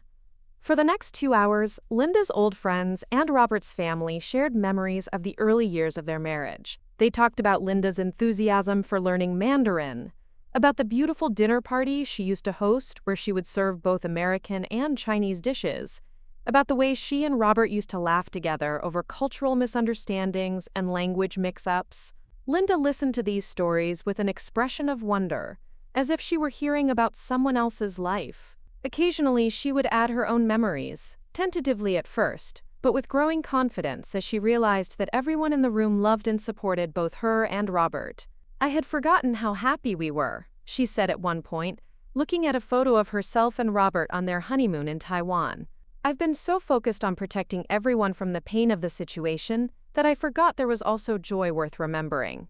Robert wasn't able to follow all of the conversation, but he seemed content to be surrounded by familiar faces and voices. At one point, Linda moved to sit beside him on the couch, and he took her hand and patted it gently. "Good wife," he said clearly. "Always a good wife." Linda broke down completely at that, sobbing in a way that seemed to release years of suppressed grief and guilt. Margaret moved to comfort her, and I could see the relief in Linda's face as she finally allowed herself to be vulnerable about this part of her life. When Ryan realized what was happening, he looked at me with an expression of amazement and gratitude. He had never seen his mother allow herself to be this emotional or this authentic, and I could tell that witnessing her vulnerability was changing his understanding of who she really was. As the afternoon wound down and we prepared to take Robert back to Sunrise Manor, Linda pulled me aside for a private conversation. "Emma," she said, "I don't know how to thank you for this. I haven't been able to talk about Robert or our marriage for so long that I had almost convinced myself that it hadn't been real." "It was real," I said, "and it was beautiful. And there's no reason you should have to hide it or be ashamed of it." Linda was quiet for a moment, looking around my apartment at the lingering evidence of the celebration. "I need to tell David," she said finally. "Not today, not tomorrow, but soon. He deserves to know the truth about who I really am." "Are you ready for that conversation?" I asked. "I don't know if I'll ever be ready," Linda said, "but I know that I can't keep living two separate lives. It's exhausting, and it's not fair to anyone, especially David." Linda paused and looked directly at me. "Emma, I owe you an apology that goes much deeper than just returning your wedding dress. I've been so afraid of anyone discovering my secret that I tried to control everything about your wedding to make sure it fit my narrative of what a safe, traditional American family looks like. But seeing these photos today, remembering who I was when I first got married, I realize how cruel that was." "You were trying to protect yourself," I said. "I understand that." "Understanding doesn't excuse it," Linda said firmly. "I tried to erase your heritage and your family's traditions because I was terrified of my own. That was wrong, and I'm sorry." Linda reached into her purse and pulled out a small jewelry box. "I brought this for you today. It belonged to Robert's mother, and she gave it to me when we got married. I've been keeping it all these years, but I think it belongs with someone who understands what it means to honor your heritage." I opened the box to find a delicate jade bracelet, obviously old and carefully maintained. It was beautiful, but more than that, it was meaningful in a way that the pearl scarf Linda had tried to force on me during our wedding could never have been. "This is gorgeous," I said, "but are you sure you want to give it to me?" "I'm sure," Linda said. "Robert's mother told me that jade is supposed to bring peace and protection to marriages. I think you and Ryan deserve that kind of blessing."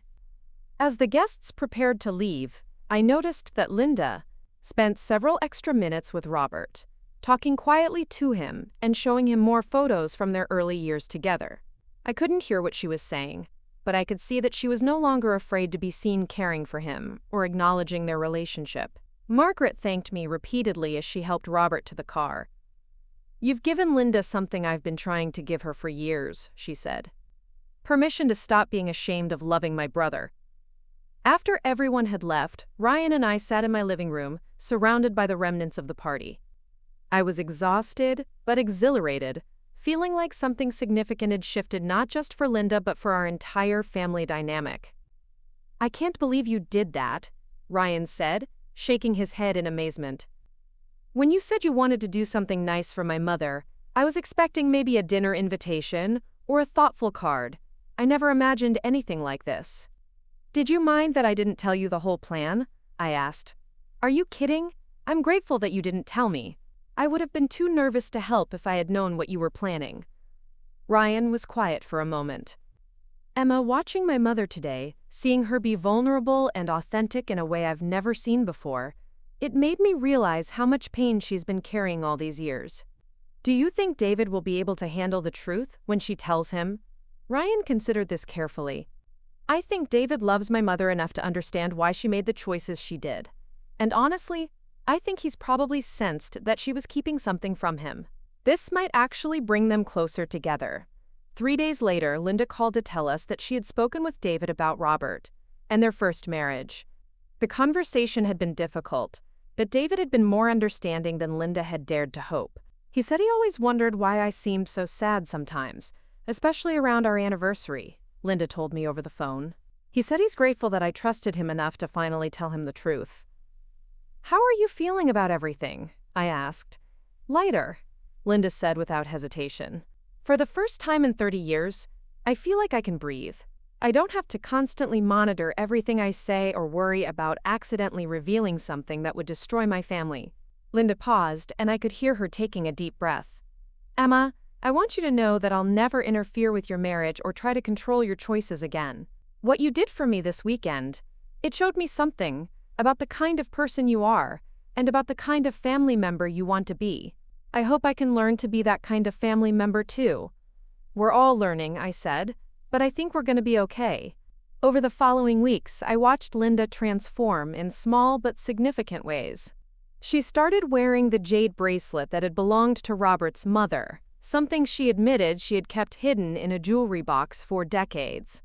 She began incorporating some Chinese dishes into family dinners, explaining to David and Amanda that they were recipes she had learned during her first marriage.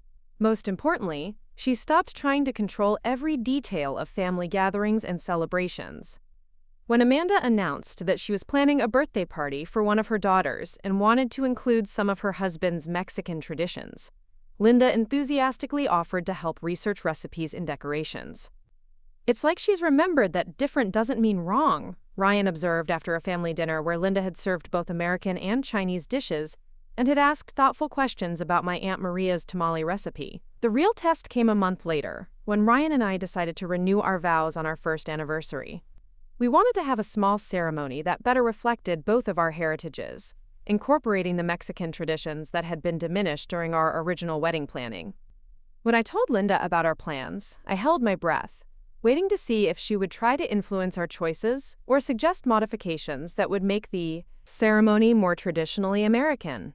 Instead, Linda asked if she could contribute by preparing some Chinese dishes for the reception, explaining that she wanted to honor all of the cultural traditions that were important to our family. "I think it would be beautiful to have food representing all of our backgrounds," she said. "American, Mexican, and Chinese. After all, that's who we really are as a family." It was a small gesture, but it represented a fundamental shift in how Linda approached family celebrations. Instead of trying to erase differences or impose uniformity, she was embracing the complexity and richness that came from blending different cultures and traditions. On the day of our vow renewal, I wore my mother's wedding dress again, this time without any anxiety about whether someone would approve of my choices. Linda arrived early to help with the preparations, wearing a beautiful jade green dress that she said reminded her of the qipao she had worn to her first wedding. As Ryan and I exchanged new vows that acknowledged both of our heritages and our commitment to building a family that honored all of our traditions, I looked around at our guests and felt a sense of completeness that had been missing from our original wedding. Linda was sitting in the front row next to David, and for the first time since I had known her, she looked genuinely happy and at peace. She was no longer hiding parts of herself or living in fear of discovery. She was simply Linda, a woman who had loved two men in different ways and who had learned that honoring her past didn't require sacrificing her present. After the ceremony, as we celebrated with mariachi music and Chinese tea and American barbecue, Linda came over to me and took my hands. "Emma," she said, "thank you for teaching me that the best families aren't the ones that look perfect from the outside. They're the ones that have room for everyone to be exactly who they are."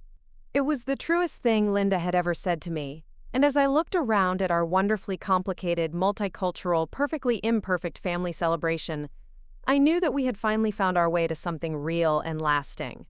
2 years after that transformative afternoon in my apartment, I found myself standing in the maternity wing of Phoenix General Hospital, holding my newborn daughter Sofia Maria Thompson, and watching my mother-in-law Linda teach my father how to fold traditional Chinese dumplings in the hospital's family kitchen. It was a scene I never could have imagined during those tense months of wedding planning. Linda was patiently demonstrating the proper technique for pleating the dumpling wrappers while my father, ever eager to learn new cooking skills, asked questions about seasoning and steaming methods. They were preparing food for the celebration dinner we had planned for that evening, a meal that would include my Aunt Maria's pozole, David's famous barbecue ribs, and Linda's grandmother's dumpling recipe. "Mia," my father said to me as I joined them in the kitchen, "your suegra is teaching me secrets that her grandmother brought from Beijing.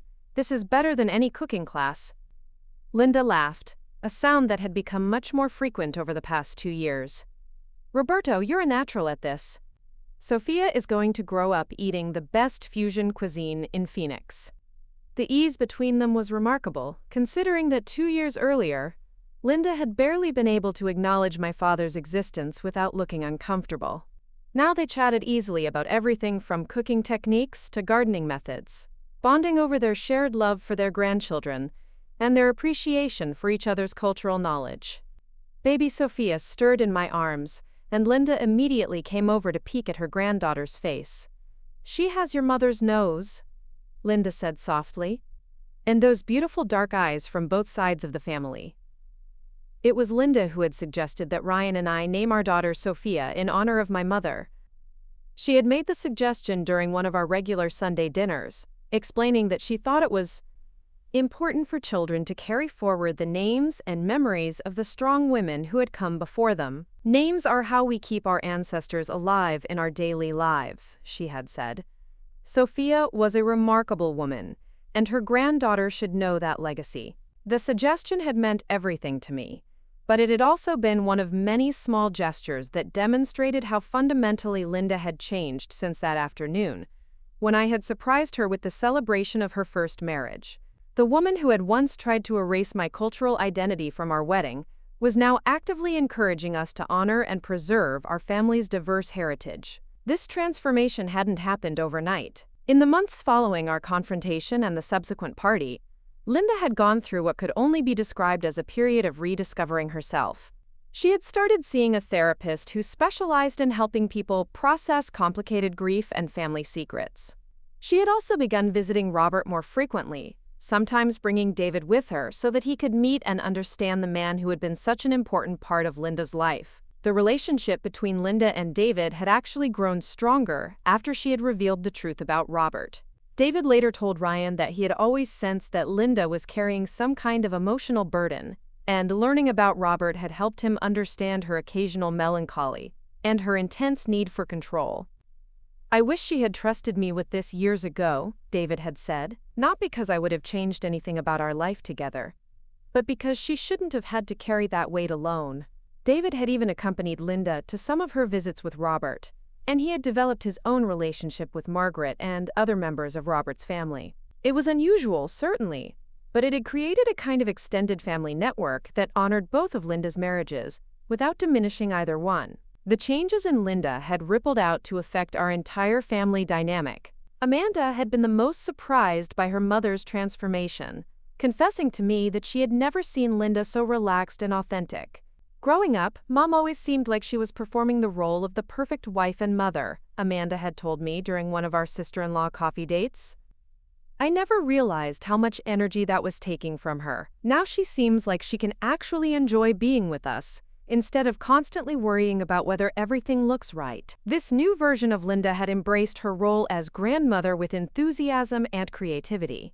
When Amanda's youngest daughter had expressed interest in learning about different cultures for a school project, Linda had organized a Heritage Day, where each family member had prepared food and shared stories from their background. Linda had taught the children how to use chopsticks and had explained some basic Mandarin phrases, while my Aunt Maria had shown them how to make paper flowers for Day of the Dead celebrations. "Abuela Linda knows Chinese," 5-year-old Isabella had announced proudly after the Heritage Day.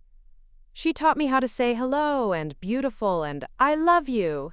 Watching Linda light up at being called Abuela Linda, a title that perfectly captured her position in our multicultural family, had been one of the most moving moments of the past year. She had fully embraced being a grandmother who could teach her grandchildren about Chinese culture, Mexican traditions, and everything in between. The planning for Sofia's birth had been another opportunity for Linda to demonstrate her growth. Instead of trying to impose her vision of how things should be done, she had asked thoughtful questions about what traditions Ryan and I wanted to incorporate, and had offered to help research customs that might be meaningful for our family. I've been reading about Mexican postpartum traditions, she had told me during my 8th month of pregnancy. The concept of la cuarentena sounds very wise. Would you like me to help coordinate meal deliveries so you can focus on healing and bonding with the baby? Her offer had been both practical and culturally informed, showing that she had taken the time to understand and respect traditions that were important to my family. It was such a contrast to her wedding planning behavior that it sometimes still surprised me.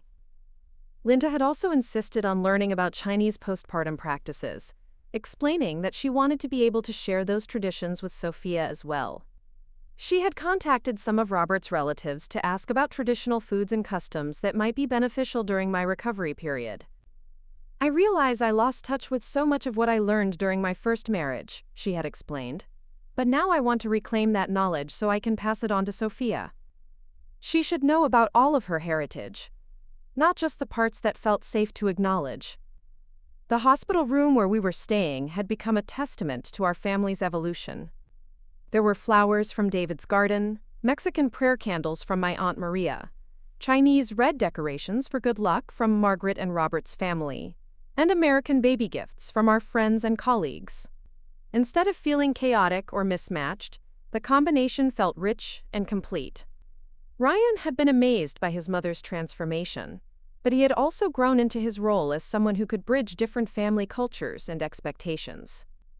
He had become much more confident about standing up for our choices and setting boundaries when necessary, but he had also developed a deeper appreciation for the complexity of family dynamics. I used to think that family harmony meant everyone agreeing on everything, he had told me shortly after Sofia's birth. But now I understand that real harmony comes from everyone being able to be themselves within the family structure. Ryan had also taken on the project of documenting our family's stories and traditions. He had started interviewing both of our fathers about their childhoods and their parents, creating a collection of family memories that Sofia would be able to access as she grew up. He had even convinced Linda to share stories about her first marriage and her early years learning about Chinese culture, preserving those memories alongside the stories from our other family branches. The transformation in our family dynamic had been so complete that sometimes I had to remind myself of how different things had been just 2 years earlier. The wedding planning period felt like a lifetime ago, though the lessons we had learned during that difficult time continued to inform how we approached family decisions and celebrations. One of the most significant changes had been in how we handled disagreements and differences of opinion. Where once Linda's need for control had created tension and resentment, we now had established patterns of communication that allowed everyone to express their preferences while also being open to compromise and alternative perspectives. During the planning for Sofia's baptism, for example, we had navigated the complex question of how to honor both Catholic traditions from my family and the more secular approach that David and Linda preferred. Instead of anyone trying to impose their vision on the others, we had spent several family dinners discussing different options and ultimately created a ceremony that included elements meaningful to everyone. I think the key is making sure that no one feels like their beliefs or traditions are being dismissed, Linda had said during one of those planning conversations. We can find ways to honor everyone's values without compromising anyone's integrity. It was exactly the kind of thoughtful, inclusive approach that had been completely absent during our wedding planning, and hearing Linda articulate it so clearly was evidence of how much personal growth she had experienced.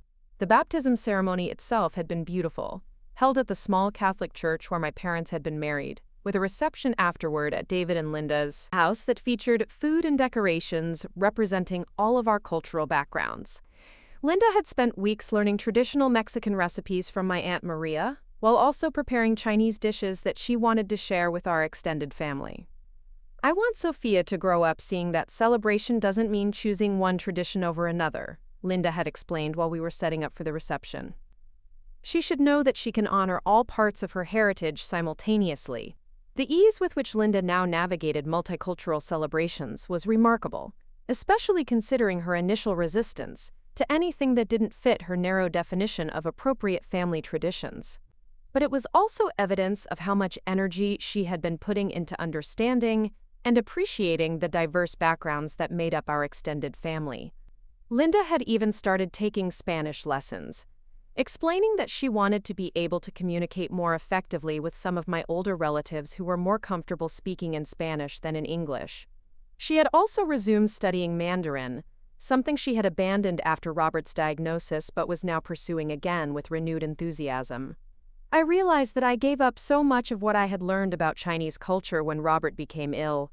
She had told me during one of our regular coffee dates that had become an important part of our relationship.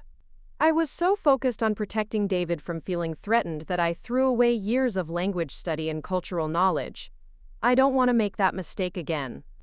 These coffee dates had become one of the most unexpected and meaningful developments in our relationship. They had started as practical meetings to coordinate family events and baby preparations, but they had evolved into genuine friendship conversations, where Linda and I could talk about everything from parenting concerns to career challenges to our hopes and fears for the future. During one particularly memorable conversation, Linda had opened up about the years she had spent living with the secret of her first marriage, and how isolating that experience had been. I had to constantly monitor everything I said, she had explained. Every conversation was a potential minefield, where I might accidentally reveal something about Robert or our life together. I couldn't share memories, I couldn't talk about experiences that had shaped me, I couldn't even display wedding photos or keepsakes from that period of my life. It was like having to pretend that half of my adult life had never happened. Hearing Linda describe the psychological toll of maintaining such an elaborate deception had helped me understand her controlling behavior in a new way. She hadn't been trying to hurt me or erase my heritage out of malice, but rather out of a desperate need to maintain the fictional narrative that had become the foundation of her life with David. I think I was so afraid of anyone looking too closely at our family story that I tried to make everything as conventional and unremarkable as possible, Linda had continued. If your wedding had been too unique or too focused on cultural traditions that weren't mainstream American, it might have prompted questions about our own family background and traditions. It was a level of self-awareness and honesty that Linda had not been capable of during our earlier conflicts, and it represented the kind of emotional growth that had made our current relationship possible. Linda had also begun working with a support group for people caring for loved ones with Alzheimer's disease, something she had been reluctant to do earlier because she was afraid of having to explain her complicated family situation. But, with the truth now out in the open, she had been able to access resources and support that had been unavailable to her for years. It's amazing how much easier it is to get help when you don't have to lie about your circumstances, she had told me after her first few group meetings. I had been trying to navigate Robert's care completely alone because I was afraid of anyone discovering that I was married to someone else. Now I have access to support groups, counseling services, and practical resources that I didn't even know existed. The support group had also helped Linda process some of the grief and guilt she had been carrying about Robert's condition and her decision to build a new life with David. She had learned that many other caregivers had faced similar impossible choices, and that there were ways to honor a marriage to someone with dementia, while also pursuing happiness and companionship with someone else. I've realized that Robert would have wanted me to be happy, Linda had shared during one of our conversations. When he was first diagnosed and was still lucid, he told me that he didn't want his illness to destroy my life. I had forgotten that conversation in all the years of stress and secrecy, but the support group helped me remember that I was following his wishes, not betraying them. This reframing of her situation had been crucial for Linda's emotional healing and had allowed her to visit Robert with less guilt and more genuine affection. She had started bringing photo albums from their early years together and sharing memories with him during her visits, something she had been afraid to do when she was trying to keep their relationship secret. Margaret, Robert's sister, had told me that these visits had become some of the highlights of Robert's week, even though his memory was severely compromised. He may not remember the details of what Linda tells him, Margaret had explained, but he always seems happier and more peaceful after she's been to see him. There's something about her voice and her presence that reaches him, even when the disease has taken so much else. The relationship between Margaret and Linda had also deepened significantly over the past 2 years. Margaret had become a regular presence at our family gatherings, and she had developed close relationships with Ryan, Amanda, and their children. She had also become an important source of stories and memories about Robert's family and Chinese traditions that Linda wanted to preserve for future generations. Margaret has become like a sister to me, Linda had told me. We share so many memories of Robert and his family, and she's helping me remember details about Chinese customs and traditions that I had forgotten or suppressed. She's also incredibly gracious about welcoming David into our extended family network. David's integration into the relationship between Linda and Robert's family had been one of the most delicate aspects of the whole situation, but it had been handled with remarkable sensitivity by everyone involved. David had initially been uncertain about how to navigate relationships with people who had been important to Linda during her first marriage, but he had approached the situation with openness and genuine curiosity about this part of Linda's life. I kept expecting to feel jealous or threatened, David had confided to Ryan, but instead I found myself feeling grateful to Robert's family for helping me understand Linda better. Learning about her first marriage and the person she was during those years has actually brought us closer together. David had even started accompanying Linda to some of her visits with Robert, not as a replacement for Robert's family, but as Linda's current husband, who wanted to understand and support all aspects of her life. These visits had been emotionally challenging for everyone involved, but they had also created a kind of closure and peace that had been missing during the years of secrecy. Seeing Robert and understanding what Linda has been dealing with for so many years has given me a much deeper appreciation for her strength and resilience, David had told me during a recent family dinner. I had no idea how much she was carrying, and I'm amazed that she managed to be such a wonderful wife and mother while also caring for someone with such a devastating illness. The children in our family had adapted to these complex relationships with the kind of flexibility that often amazes adults. Amanda's daughters had easily accepted Margaret as another grandmother figure, and they were fascinated by the stories she told about their grandfather Robert and the traditions he had brought from Taiwan. It's actually beautiful how naturally kids accept complicated family structures, Amanda had observed. My girls don't see anything unusual about having multiple grandparents or about honoring traditions from different cultures. To them, it just means more people to love them and more interesting stories to hear. This acceptance from the younger generation had been particularly meaningful for Linda, who had worried that her complicated history might confuse or upset her grandchildren. Instead, she had found that they were eager to learn about all aspects of their heritage, and that they saw her knowledge of Chinese culture as an exciting addition to their family story. Grandma Linda can teach us how to write our names in Chinese characters, Amanda's oldest daughter had announced proudly during a recent family gathering. And she knows how to make mooncakes and how to play Chinese checkers, and how to use an abacus. Watching Linda light up with pride as her granddaughter listed these accomplishments had been incredibly moving. For so many years, Linda had seen her knowledge of Chinese culture as a liability, something that might expose her secret and threaten her carefully constructed life. Now she was able to see it as a gift that she could share with the next generation. The planning and celebration of Chinese New Year had become one of our family's most important annual traditions, with Linda taking the lead in organizing decorations, preparing traditional foods, and explaining the significance of various customs to the children. The celebration had grown each year, with more friends and extended family members joining us for what had become an elaborate multicultural feast. I love that we're creating new traditions that honor all of our backgrounds, Linda had said during our most recent Chinese New Year celebration. Sofia is going to grow up thinking it's completely normal for families to celebrate both Chinese New Year and Day of the Dead, to eat both dumplings and tamales, to speak multiple languages at the dinner table. The celebration had also become an opportunity for Linda to reconnect with some of the Chinese American friends she had lost touch with during the years when she was hiding her first marriage. Several of Robert's cousins and family friends had begun attending our celebrations, bringing their own families and creating a rich network of relationships that spanned multiple generations and cultural backgrounds. It's like reclaiming a part of my identity that I thought was lost forever, Linda had explained to me. For so long, I felt like I had to choose between honoring my relationship with Robert and protecting my marriage to David. Now I'm learning that I can do both, and that sharing this part of my life actually enriches our family rather than threatening it. The impact of these changes had extended beyond just our immediate family.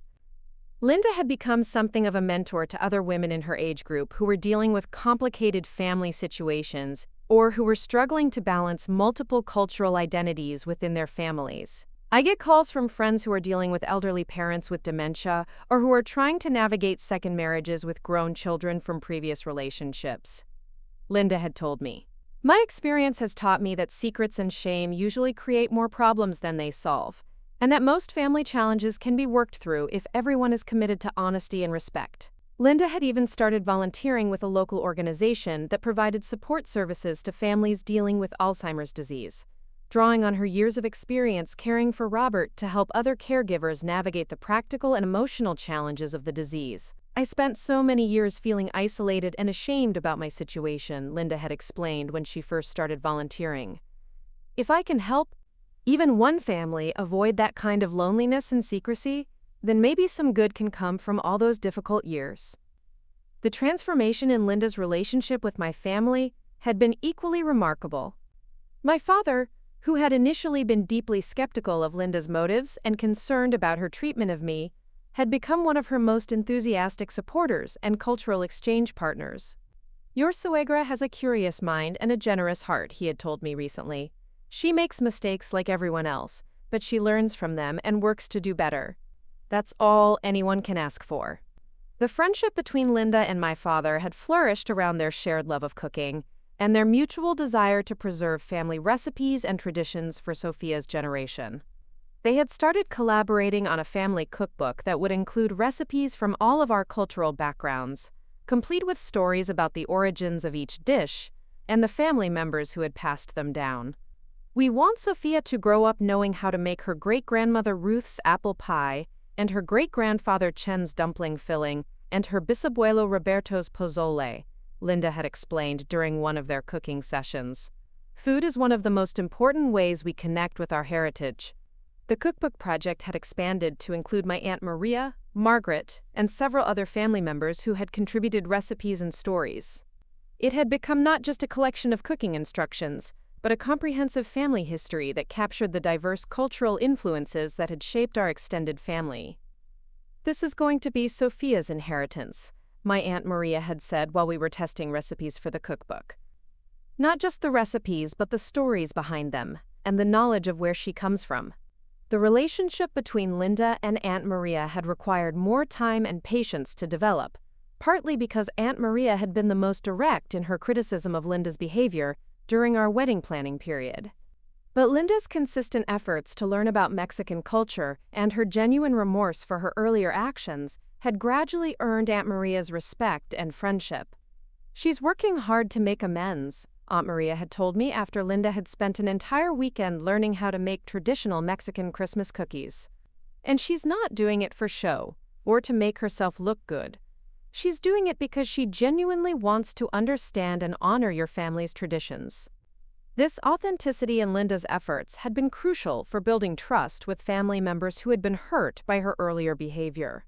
It had become clear that Linda wasn't just trying to smooth over past conflicts, but was genuinely committed to becoming a different kind of family member and cultural ally.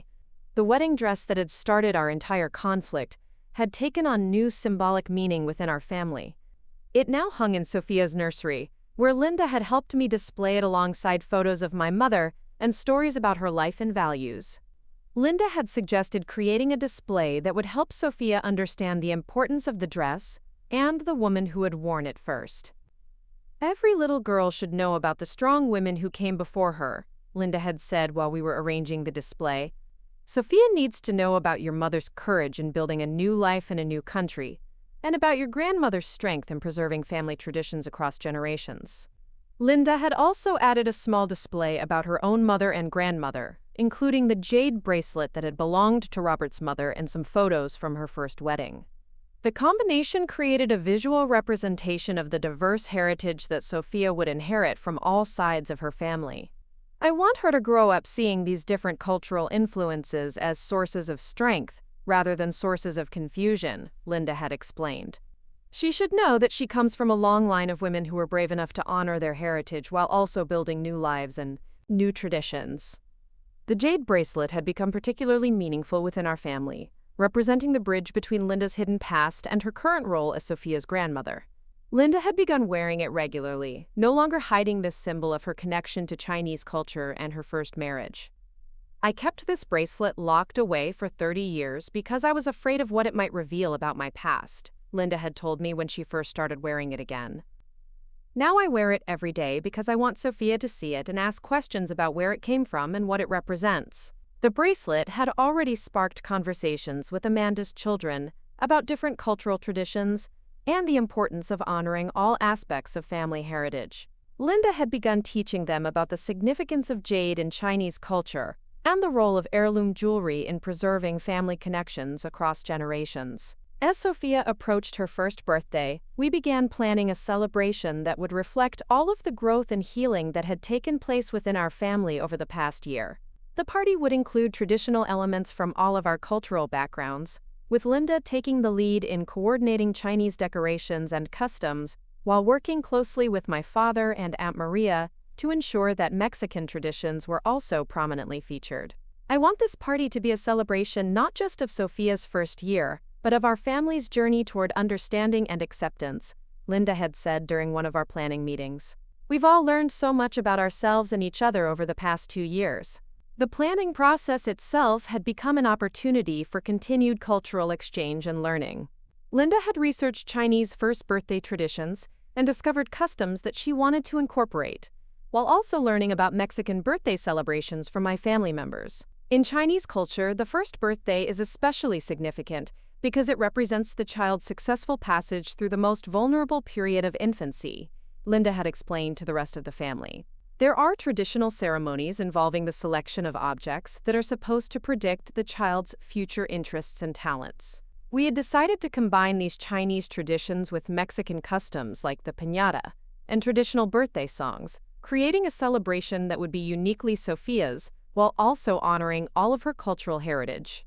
The guest list for the party had expanded to include members of all branches of our extended family, including Margaret and several of Robert's cousins, some of Linda's Chinese-American friends from her first marriage, my father's coworkers and their families, and various friends we had made through our multicultural community activities. This is what family really looks like, Ryan had observed while we were reviewing the guest list. Not just blood relatives, but all the people who have become important to us through shared experiences and mutual support. The party itself exceeded all of our expectations, with guests from different cultural backgrounds mingling easily and sharing stories about their own family traditions and heritage. Sofia, though too young to understand the significance of the celebration, seemed to thrive in the environment of diverse languages, music, and traditions. Look at her, Linda had said while watching Sofia clap along to mariachi music while sitting on Margaret's lap. She's completely comfortable with all of this diversity. She doesn't see it as unusual or complicated, just as normal family life. The Chinese tradition of having the birthday child select objects that would predict her future had been one of the highlights of the celebration. Sofia had been presented with a variety of items representing different potential career paths and interests, and her selections had delighted everyone present. She picked the paintbrush and the calculator, Linda had announced to the group. According to tradition, that means she'll be both artistic and analytical, someone who can bridge creative and practical pursuits. The symbolism of Sofia's selections had seemed particularly appropriate given the family she was growing up in, where multiple cultures and perspectives were being successfully combined and celebrated. As the party wound down and guests began to leave, I found myself reflecting on the extraordinary journey our family had taken over the past 2.5 years. The woman who had once stolen my wedding dress out of fear and desperation had become one of my closest allies in preserving and celebrating my cultural heritage for my daughter. Linda approached me as I was cleaning up, carrying Sofia, who had fallen asleep in her arms despite the ongoing celebration around her. "Emma," Linda said quietly, "I need you to know how grateful I am for everything you've given our family. Not just Sofia, though she's obviously the most precious gift imaginable, but also the courage to stop living in fear and to start embracing all of who we really are." I looked at Linda holding my sleeping daughter, surrounded by the remnants of a celebration that had honored traditions from multiple cultures and generations, and I felt a deep sense of satisfaction about the family we had built together. "We all gave each other gifts," I replied. You gave me a model of how people can change and grow even after decades of living one way. That's something I want Sofia to understand as she gets older." Linda smiled and gently transferred Sofia to my arms. "She's going to grow up in such a different world than the one I knew when Ryan and Amanda were little. She'll never have to choose between different parts of her heritage or feel ashamed of her family's complexity." As Linda prepared to leave that evening, she handed me a small wrapped package. "This is for Sofia's baby book," she explained. "Some photos and documents from my first wedding and early marriage that I want her to have when she's older." I opened the package to find copies of the photos Jessica had discovered, along with some documents and letters that Linda had saved from her relationship with Robert. There was also a handwritten letter addressed to Sofia, explaining Linda's history and the lessons she hoped her granddaughter would learn from her grandmother's journey. "I want her to know that families can survive secrets and lies, but they thrive on honesty and acceptance," Linda had written in the letter. "I hope she never feels like she has to hide any part of herself to be loved and accepted by her family." Reading Linda's letter to Sofia, I was struck by how completely her perspective had changed from the woman who had tried to control every detail of my wedding to ensure it fit her narrow vision of appropriate family traditions. The woman who had written this letter understood that true family strength came from embracing complexity rather than trying to eliminate it. Over the following months, as Sofia began to crawl and then walk, she became the center of a family that celebrated multiple languages, foods, and traditions as normal parts of daily life. She heard Spanish from my father and Aunt Maria, Mandarin from Linda and Margaret, and English from everyone, and she seemed to absorb all of these influences with equal enthusiasm. "She's going to be trilingual before she's 5, Linda predicted during one of our family dinners, where conversation flowed seamlessly between all 3 languages. What an amazing advantage that will be for her as she grows up." Linda had also begun creating photo albums and scrapbooks documenting Sofia's exposure to different cultural traditions and celebrations. She wanted to ensure that Sofia would have a visual record of all the diverse influences that shaped her early childhood.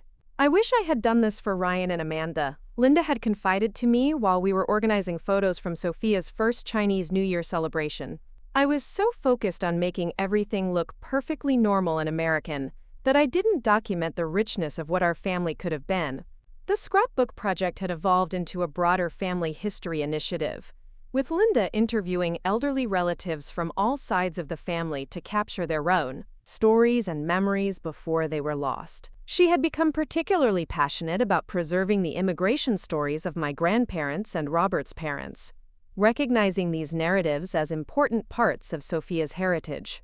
"These stories of courage and resilience are Sofia's inheritance," Linda had explained while transcribing an interview with my father about his parents' journey from Mexico. "She needs to know that she comes from people who are brave enough to build new lives in a new country while still honoring their roots." As Sofia approached her 2nd birthday, Linda suggested that we begin teaching her about the significance of the wedding dress that hung in her nursery. She wanted Sofia to understand the dress not just as a family heirloom but as a symbol of the strong women who had shaped her family's values and traditions.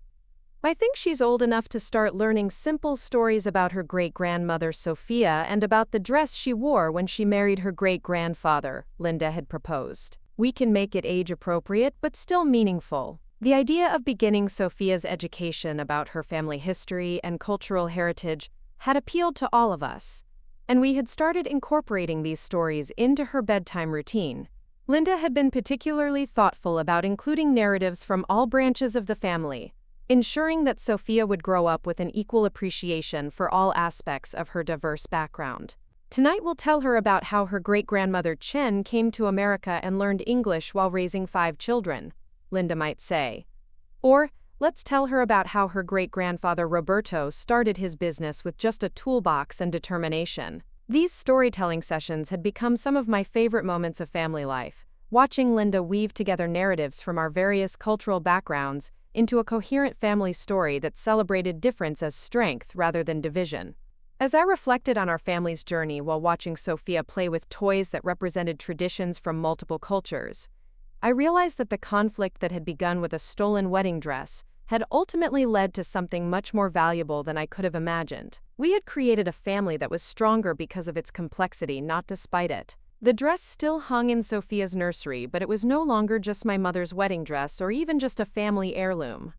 It had become a symbol of our family's capacity for growth, forgiveness, and transformation. It represented the possibility of healing old wounds and building new traditions that honored the past while embracing the future. Linda's journey from secret keeper to cultural celebrant had been extraordinary to witness, but it had also taught me important lessons about the possibility of change and the power of authentic relationships to transform even the most difficult family dynamics. I never could have imagined that the woman who stole my wedding dress would become one of my daughter's most enthusiastic cultural educators, I had told Jessica during a recent conversation. But that's exactly what happened, and our family is better for it. Jessica had laughed and reminded me of her initial skepticism about my plan to throw Linda a surprise party celebrating her first marriage. "I thought you were either brilliant or completely crazy," she had admitted. "I never expected it to work out this well." The success of our family's transformation had led Linda to become an advocate for multicultural families in our community. She had started volunteering with organizations that helped immigrant families navigate American institutions while preserving their cultural heritage, drawing on her own experience of learning to balance multiple cultural identities. "I spent 30 years thinking that assimilation meant giving up everything that made me different," Linda had explained to a group of newly arrived Chinese immigrant families. "But I've learned that the strongest families are the ones that can honor all of their traditions while also building new ones together." Her work with immigrant families had brought Linda full circle in many ways, allowing her to use her hard-won wisdom about cultural identity and family dynamics to help others avoid some of the mistakes she had made.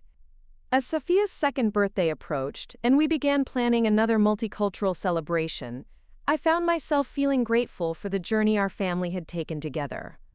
The pain and conflict of the early years had been real and difficult, but they had also been necessary for the growth and healing that had followed. The little girl who would grow up wearing her great-grandmother's wedding dress would also inherit a family legacy of resilience, forgiveness, and the courage to embrace complexity rather than fear it.